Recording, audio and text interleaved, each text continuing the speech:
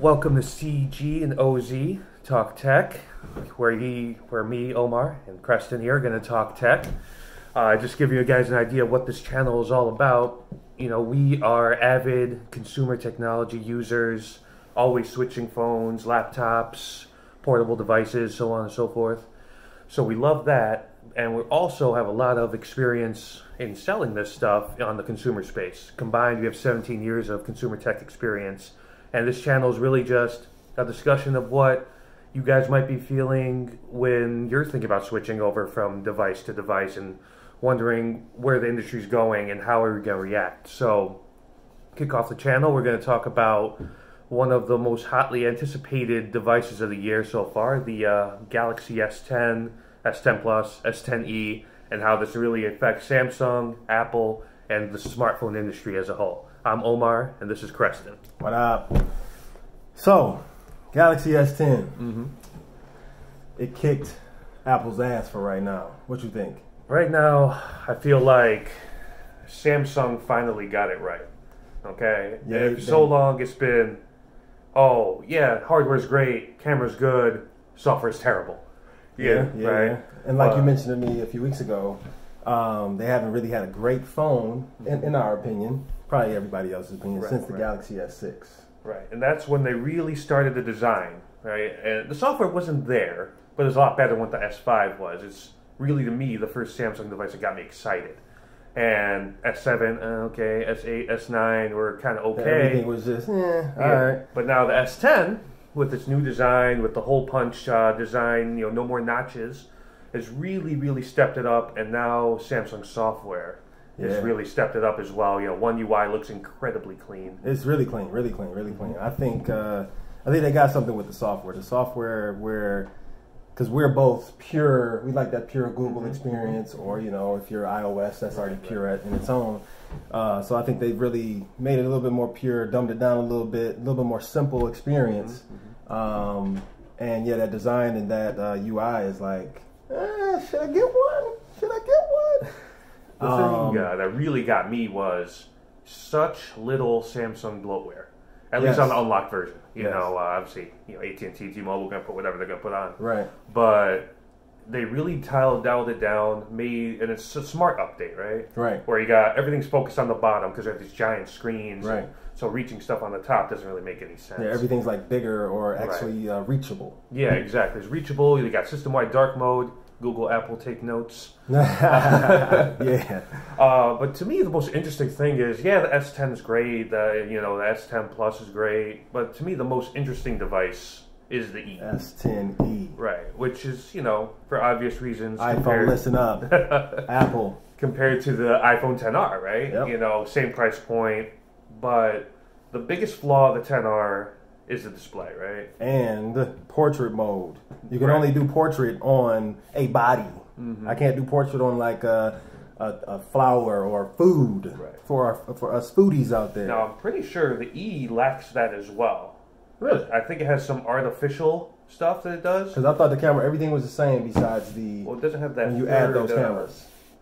Well, actually, no. It does have that. It just doesn't have the ultra wide. That's what it is. True. Okay. So, so they got them there. They got them on the screen. Yeah. Because I have a Pixel 3 XL, and I wish I would have kept mine. I put it next to the 10e, and the 10e had a better display with lower resolution. Right. So Samsung knocked it out of the park there. You get all the features you want from the flagship models, with the exception of the under-display fingerprint sensor. Which get is one no on big the deal. side, right? Not that big of a deal. Still cool on the side on the button. That's still pretty cool. And you know, you still get the face unlock tech. You still get the reverse wireless charging. So for $750, you know, you get something that if you're thinking about a OnePlus 6T or maybe a Pixel 3 right now, you know, maybe you spend an extra $100 some odd and you get the 10e. Yeah, I think the design is really, really cool as well. It has gotten me to the point where I currently own a 10R, a Pixel 2, and I've been swapping my SIM cards back and forth because I'm like, oh, cool, I'm gonna jump on the S10. Right. So let me get my Android life together. Let me start switching everything over. Then I'm just like, oh man, my whole family and everything I have is connected to HomeKit or Apple.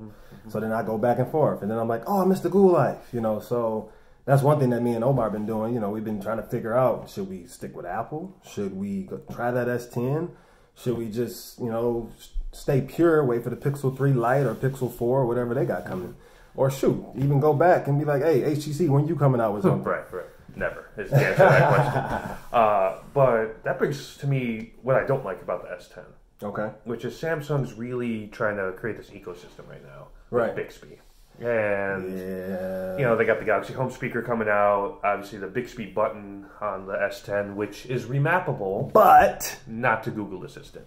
So if you're like me, and I have, 5, 6 Google Home devices. I got a few as well, yep. You know, you want to have that. You know, when you have a Pixel 3, you know, you do the squeeze, active edge. Yeah. You know, you want that. But, you know, with Samsung, they're like, yeah, you can remap it to your text messaging app, but how about you don't remap it to Google Assistant? And then you already know somebody's going to find a hack to get the button to remap to Google anyways. Exactly. I mean, if it ain't broken, don't fix it. I mean, if you have Google, you're using an Android, which is Google, on your device. I mean, just use it. Just use it.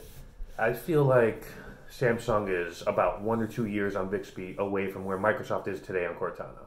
Yeah. Which is, you know what, it doesn't work. We're not even worried about this. Let's just put Alexa on these Windows laptops. And then, like you said, the Bixby speaker, they're late to the crowd. Yeah, I mean, that was announced almost a year ago, and it still isn't out. And it's supposed to come out next month, but, you know, who knows? Right. You know? I mean, at this point, I think HomePod will probably have them beat on that. I mean, even though HomePod's price is at where it's at, and, you know, I don't know. I don't think the Galaxy Home's going to be cheap now. I don't think it's going to be that much more, less than the HomePod. See, then that's even a problem right there. You got people at least try to use Siri. People at least really use Google. People really use Alexa. So, I mean, you got, like you said, Cortana and Bixby out there that people really don't use because they have these other options that they already set into their ecosystem. Exactly. That kind of brings me to the other point that, you know, me and you were talking about the other day, where it's with the ecosystems. I have built 2 ecosystems in my home, and it kind of confuses my kids and my wife. You know, I'll take something Google away, and my son will be like, "Hey Google," and he hears nothing. So that's the other thing where, you know, I've been going back and forth because I'm like, okay, cool, the family likes this. Let me just stick with this. This works out. But then I just get into my inner geek, and I'm like, nah, they can keep what they got. Let me go ahead and get what I want. That's what made things so much easier years ago, because you didn't have ecosystems. You didn't have ecosystems. You're like, all right, if you had a Samsung phone, you could switch to an iPhone, you switch to a Nexus device, switch to an HTC and LG. It doesn't matter. It does not matter. Know, so realistically, it would just be a one account thing, Apple ID versus Google account. That's it. And now it's like, well, if I get away from Apple, I got to get away from my HomePod or maybe my Alexa device that does Apple Music. Right. And then, okay, now I got to go Google Home. And Google Home is going to work best with what? With a Android device, and, you know, just, you know, the synergy of it all. And that, that's what the companies want, right? They want you locked in. Right. But that brings me to, you know, with all that being said, Samsung looks like they have a couple winners on their hands with the S10. The S10 Plus is a fantastic looking device, as is the S10, and the E looks like a great value. Which, speaking of value, so pricing, they're priced way under Apple when it comes to what they can do. Right, so you're looking at $750, $900, and $1,000. And $1,000. Which, you know, undercuts the 10S and the 10S Max by $100. Yep. Plus the value that you're getting if you were to pre-order. I'm not sure if you can still get the Buzz, but you can get the Buzz for free when you. I think they're doing a $130 credit to Samsung.com for whenever the Buds are back in stock. And by all accounts, those are supposed to be legitimate AirPods alternatives. Yep, I did watch a review on that. And so that brought me to the point of, you know, I have an iPhone and I'm not getting all these features. I might as well just switch, try it out. Right. You know, I used to be I'm a former Android user. I like Google, so why not? It's just that, you know, it's that ecosystem, and it's what everybody else kind of has, so it's kind of easier to talk to them, you know, iMessage, FaceTime, things like that. But that report from Pocket Now and Bloomberg, I think, said that Steve Jobs had said that he's thinking about rolling the dice. Tim Cook, right? Sorry. Yeah. See, that's my man, Steve Jobs. But Tim Cook has said that some things are gonna come off the wall. I'm rolling the dice. So what do you think that could mean? Because Apple has a track record of we're gonna keep things uniform. We're gonna wait and perfect it. Up until the 10 last year, they released the same phone 4 times. Right, yep. 6, 6S, 7, and 8. Yep. All the same phones on the same design pattern, right. Which is a year longer than most companies do. Most companies do a 3-year thing. I could see them. See, now they just acquired somebody from Microsoft's Cortana team. I did read that. Which, as much as we even said how bad Cortana was earlier, when it first came out, it wasn't that bad. Okay. And so I wonder. I had it when I had way back in the day. If anybody remembers these Windows phones, when I had a Windows phone. I had a couple Nokia Lumias that had Cortana built in. I liked it. It was good. It was better than Siri at the time, but Siri has gotten better, and obviously Cortana has remained stagnant. But if you get somebody from the day one project on that to help Apple with their smart home efforts, because who's to say they don't put out a smart display? Who's to say they don't put out a wider range of HomePod-like stuff to compete with Sonos? Yep. Who's to say they don't make a small one to compete with the Echo Dot and the Google Home Mini? Yep. So the market's there. Yeah. Apple is late to the party, but I think that could be it. Big rumors on the foldable phone front for Apple. Foldable phone. So we'll see if they end up coming through with that this year, maybe next year. If I had to guess, I'd say it's next year. Yeah. Because they kind of like everybody to do their thing with it. They did with 4G LTE. Right. They did with all this other stuff. Right. No. Let's see. So, yeah. I mean, again, I think personally, I'm waiting on I'm gonna keep my 10R for right now. I might nibble and dabble in the S10 just to see, but as me and you spoke, I mean, I like the pure ecosystems. You get the updates first. So I think I might wait for Pixel 3 Lite if that rumor becomes a big thing, which they said they filed a patent, so it might be coming out. Yeah. Right. Or Pixel 4. If I'm really going to switch back to Android, I'm gonna go for the purest of the pure. Like the Nexus days. And just stick with the Pixel. What do you think you might do? I know you've been going through some things with the this Pixel. Pixel 3 February security patch is the devil, basically. Yeah. It's not good. And so I was talking to you, I was this close to getting the Nokia 9. If it wasn't sold out, I probably have one right now. The reviews on that I've seen is pretty dope. Yeah, so that camera looks insane. But I think I might wait to Pixel 4 and see what Apple launches later in the fall. Yeah. The LG G8 didn't really excite me. We'll talk about that one another time. We'll get to that one another time. You see what I'm saying. HTC hasn't released anything new. Moto hasn't really excited me with anything yet. Right.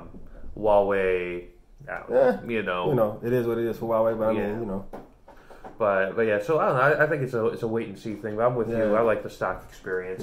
It's what kind of holds me back from the Samsung ecosystem. Multiple apps and 2 email apps, 2 messaging apps, 2 everything apps. One assistant, 1 Bixby. That kind of stuff.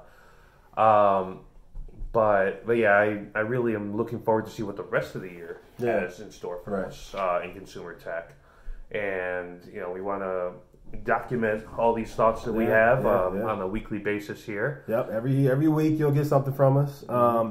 I encourage anybody that's on the fence, like I am. Like we always are. Like we are. Yep. Jump over that fence. Try it. It ain't, you get 14 days to try something out regardless. I get it, there's restocking fees out there, whatever, but if you're in the tech world like we are, that restocking fee is kind of worth it. It's the price of admission. Right. Yeah. It's kind of worth it to see, whether you should or you shouldn't. And then you get to see, the changes. You just actually seeing it, either on a commercial or if you go into a store. It's not actually you holding it and testing it in your everyday life. So I encourage you to make it a daily driver. Mm-hmm.